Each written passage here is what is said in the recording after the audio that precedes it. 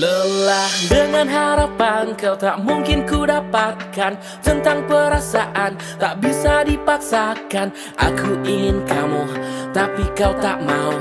Jangan paksa aku untuk membencimu. Memahami hatimu takkan cukup usiaku.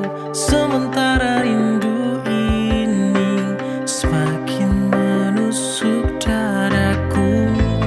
Ternyata perasaanmu padaku biasa-biasa saja. Cinta itu sederhana, yang rumit itu kamu. Mencintaimu itu mudah, yang sulit adalah membuatmu juga mencintaiku. Aku mengerti bahwa bahagiamu bukan denganku. Niscaya semua luka kan sembuh bersama waktu. Maafkan aku yang pernah ada di hidupmu. Kini ku pergi. Assalamualaikum warahmatullahi wabarakatuh. Waalaikumsalam warahmatullahi wabarakatuh. Selamat siang anak-anak. Siang, Bu. Kok sepi? Banyak yang tidak masuk. Lagi izin WC, Bu. Oke. Tadi ada kantin, Bu. Iya tuh Bu, mau masuk. Memang duit, Bu.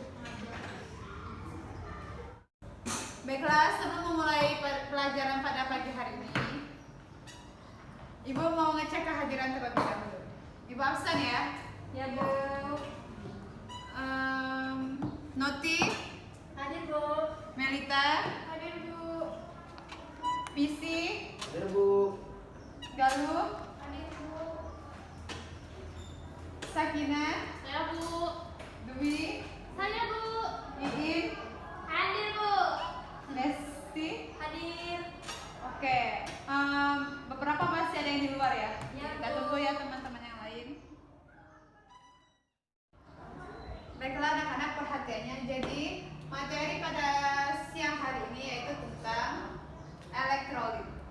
Ada yang tahu apa arti elektrolit?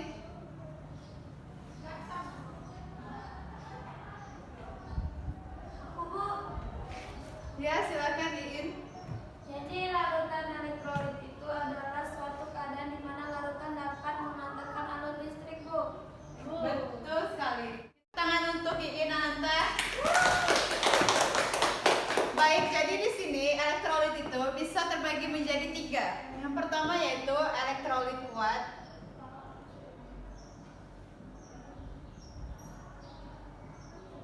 Yang kedua yaitu elektrolit lemah.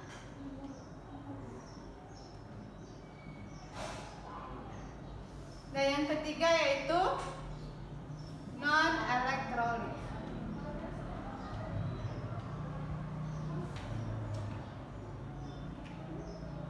Jadi sebuah larutan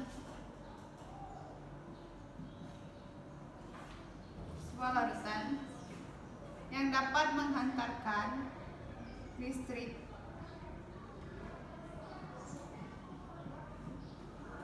dan lampunya menyala terang. Ciri lain dari elektrolit kuat yaitu saat elektroda masuk ke dalam larutan, maka menghasilkan gelembung-gelembung.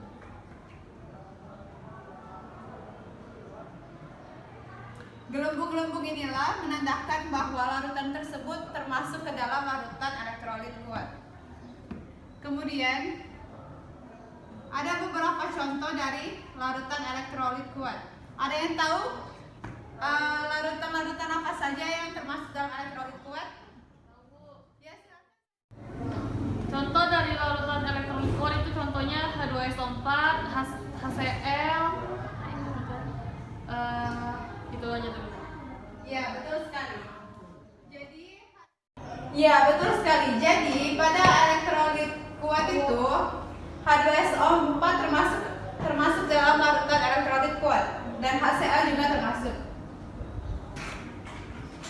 Kenapa larutan H2SO4 dan HCl termasuk dalam elektrolit kuat? Karena di dalam larutan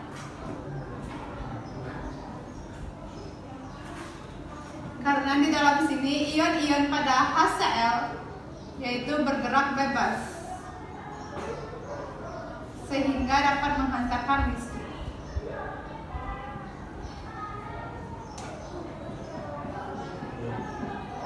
Selanjutnya yaitu kita bahas elektrolit lemah. Ibu hapus ya anak-anak. Sudah kan dicatat?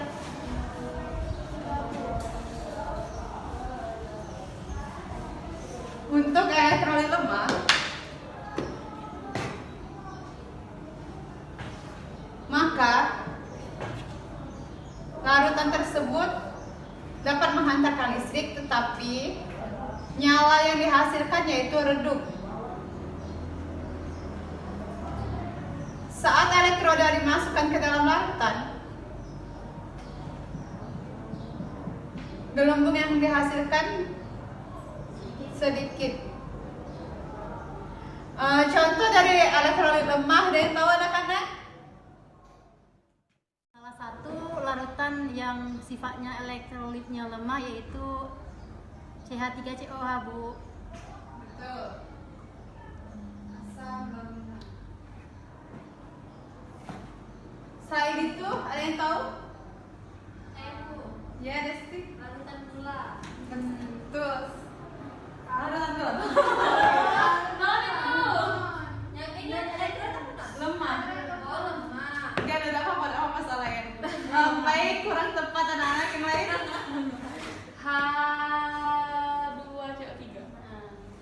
Ya. Tidak, H2CO3. Asam. Bu, jawab lagi. Silakan duduk anak-anak. Langsung. Langsung catat ya. Ya, Langsung. ya, Bu. Ya, Baik.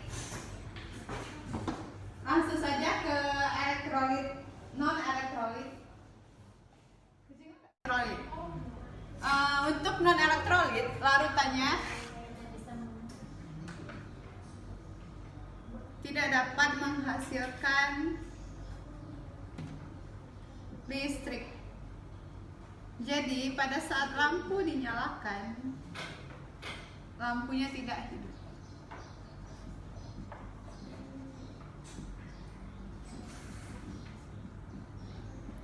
Ion-ion yang ada di dalam larutan juga tidak bergerak bebas, tidak menghasilkan gelembung.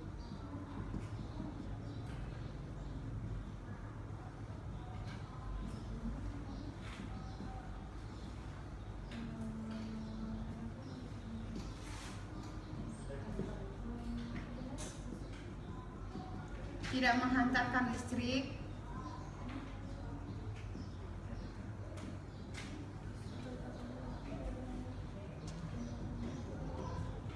Nah, selanjutnya yaitu perhatikan anak-anak. Contoh dari non elektrolit adalah, ada yang bisa? Ada non elektrolit? Dan gula. Selain itu, Urea. betul. Urea.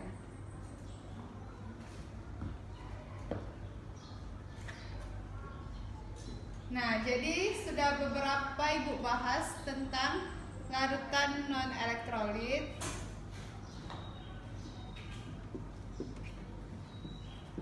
Larutan elektrolit lemah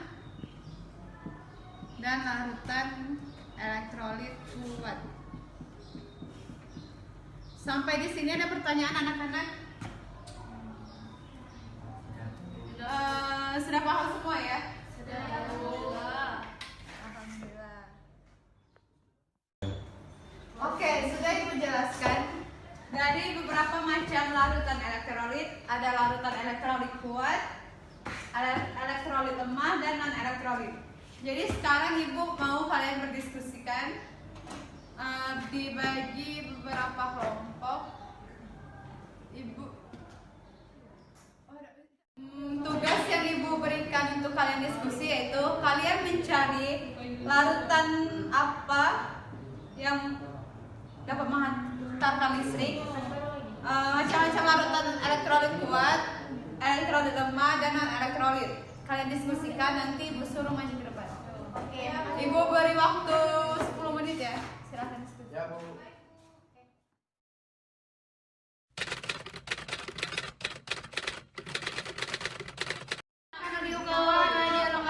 Nah, pas tes benar kata nanti tadi kita lihat di YouTube nyala radio, nyala, tidak nyala.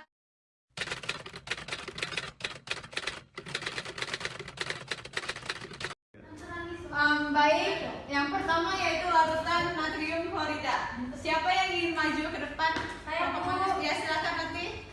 Ibu boleh aja kan, Bu? Boleh. Dicontohkan dulu. Betul, silakan lanjut. Silakan.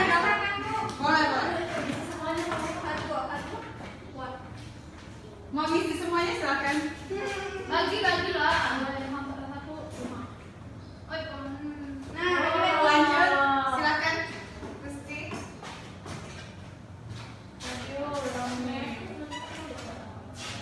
Ya, lanjut. Ayo, Fatima. Boleh buat aku? Boleh. Borong itu nggak apa-apa. Bako. Borong aja. Gini, satu lagi gini. Wah, gaya banget. Ya, kita Ibu cek dulu ya. Natrium klorida, apakah benar ini larutan elektrolit kuat? Benar.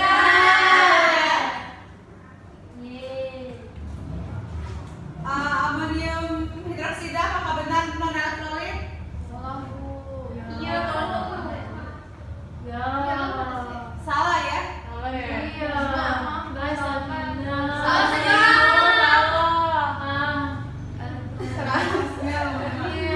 Iya, salah. Asam sulfat, apakah benar? Asam klorida, apakah benar? Betul. Larutan gula, apakah benar? Betul.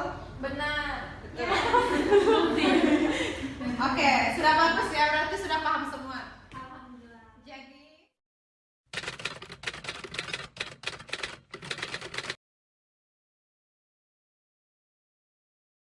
Nah, dari percobaan tadi terlihat bahwa larutan NaCl dan larutan CH3COOH itu merupakan suatu larutan elektrolit. Artinya larutan tersebut dapat menghantarkan arus listrik. Ini dapat dibuktikan dengan menyalanya lampu dan ada gelembung gas di sekitar elektroda. Sedangkan larutan gula adalah larutan yang non-elektrolit, artinya larutan tersebut tidak dapat menghantarkan arus listrik. Ini dapat dilihat dari tidak nyalanya lampu dan tidak adanya gelembung gas di sekitar elektroda. Nah, sekarang, kenapa larutan NaCl dan larutan CH3COOH dapat menghantarkan arus listrik, sedangkan larutan gula tidak? Nah, kita tahu NaCl itu kan adalah suatu senyawa ionik. Nah, karena dia suatu senyawa ionik, maka senyawa tersebut jika dilarutkan dalam air, tentunya akan mengion, membentuk ion Na+ dan ion Cl-. Nah, ion-ion inilah yang menghantarkan arus listrik. Sedangkan larutan CH3COOH itu kenapa bisa menghantarkan listrik? Begini, CH3COOH itu adalah sebetulnya senyawanya adalah senyawa kovalen. Tapi senyawa kovalen CH3COOH itu tetap dapat mengion jika dilarutkan dalam air, membentuk ion CH3COOH dan ion H+. Ion-ion inilah yang akan menghantarkan arus listrik. Tapi kenapa lampunya redup? Karena ternyata CH3COOH jika dilarutkan dalam air itu mengionnya nggak sempurna, ya hanya sebagian, sehingga ion-ion yang dihasilkannya tidak terlalu banyak. Jadi dalam menghantarkan arus listrik tidak sehebat larutan NaCl. Makanya lampunya itu menyalanya redup. Sedangkan larutan gula, nah gula itu adalah suatu senyawa kovalen. Nah, tapi senyawa kovalen ini jika dilarutkan dalam air, dia tidak dapat membentuk ion. Nah, karena tidak ada ion inilah, maka harus tidak dapat dihantarkan. Makanya larutan gula itu bersifat non-elektrolit. Nah, sekarang gini, tadi kalau larutan NaCl dapat menghantarkan arus listrik, itu dibuktikan dengan menyalanya lampu dan di sekitar elektroda terdapat gelembung gas. Sekarang, jika ada padatan NaCl, kita lakukan sama dengan larutan-larutan sebelumnya. Tapi bedanya adalah ini padatan. Nah, yang terjadi adalah lampu tidak pernah akan menyala dan di sekitar elektroda juga tidak pernah ada gelembung gas. Kenapa begitu? Karena tadi NaCl itu kan padatan ionik. Nah, dia akan membentuk ion jika dilarutkan dalam air. Nah, kalau NaCl dalam bentuk padatan itu tidak akan pernah mengion membentuk Na+ dan Cl-. Makanya padatan NaCl itu tidak bersifat elektrolit. Yang bersifat elektrolit adalah larutan NaCl. Ingat ya, jadi padatan ionik apapun itu tidak akan pernah bersifat elektrolit.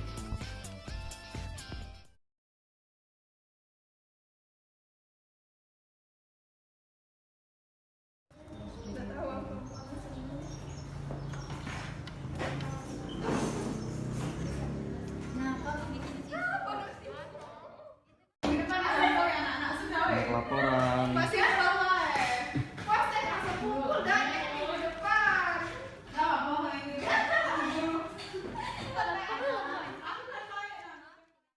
Terima kasih telah menyaksikan video dari kelompok kami. Semoga bermanfaat dan jangan lupa untuk Like, comment, subscribe. dan jangan lupa untuk bagikan juga aktifkan loncengnya untuk mengetahui video terbaru kami. Terima kasih. Bye.